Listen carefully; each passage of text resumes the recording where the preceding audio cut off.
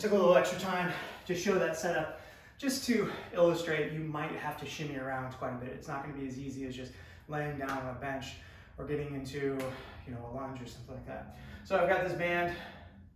This should be low. Higher is going to make it funky. Lower the better. You could attach it to another dumbbell, a rack, doesn't really matter. A light band. The heavier the band, the more wonky this is going to get, the more difficult to find the benefit. So when in doubt, use a lighter band. Now from there, it's attached around basically as high towards the ankle as you can go. As you start to get more towards the foot, it's going to mess with some of the details of this. And I've got this weight here as a target, which we'll talk about here shortly. From there, I'm going to show you the wrong angle, just so you can kind of see how my feet are set up. I'm just regular hands and knees, and this band is going to come underneath the other leg.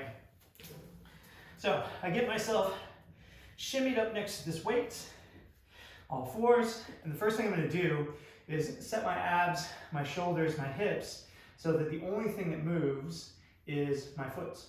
If I were to run out of space and then continue to move my body to find the target, I've missed the point of the exercise.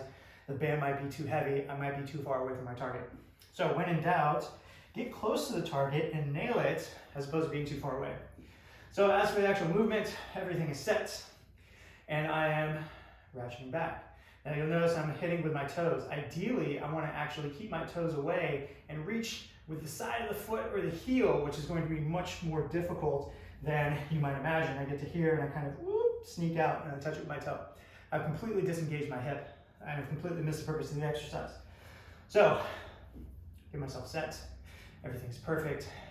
Keep my toe pointed down as I try and reach with the side of my foot and my heel.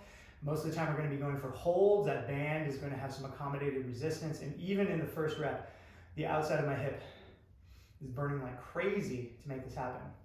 Now, as you get better in time, of course, you can walk yourself back. You can use more band tension. If I get further away from that band anchor, it's going to be more difficult. There are plenty of things you can do to shimmy around and scale, but the most important things are that you have this set up so everything is angular and all you're doing is moving that one angle and then isolating that internal rotation, even if it's very subtle. So if I have very poor internal rotation, I might be reaching just 1 little inch, and that's totally fine. Start where you're at, burn that hip, get it set up perfect, you'll be good to go.